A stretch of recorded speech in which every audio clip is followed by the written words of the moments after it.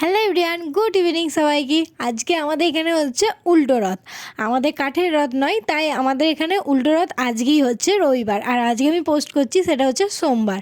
এখানে রথটা কত সুন্দর করে সাজাইছে দেখো, চুনি বাল্ব দিয়ে দেখতে দারুণ লাগছে। আর আমি তো যেহেতু মাসির ঘর গিয়েছিলাম, সোজা রথে থাকিনি এইখানে আর রথযাত্রাতে, আর তাই উল্টো রথটা এখানেই দেখে নিলাম। আমাদের গ্রামটা ছোট হতে পারে, কিন্তু কোনো পুজো যে হয় না সেটা নয়, প্রত্যেকটা পুজোই আমাদের গ্রামে ছোটোখাটোভাবে পালন করা হয়। এইদিকে কত লোক দেখলে তোমরা নাচছিল। বাড়ি এসে ভাবলাম যে কিছু একটা খাওয়া যাক, যেহেতু বাড়িতে কেউ নাই।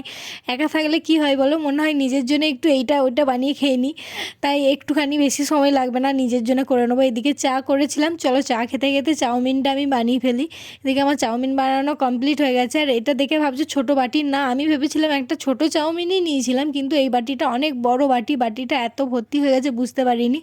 একা খেতেও পারবো না, আর খেলে রাত্রে কিছু খেতেও পারবো না। দেখা হচ্ছে নেক্সট ব্লগে।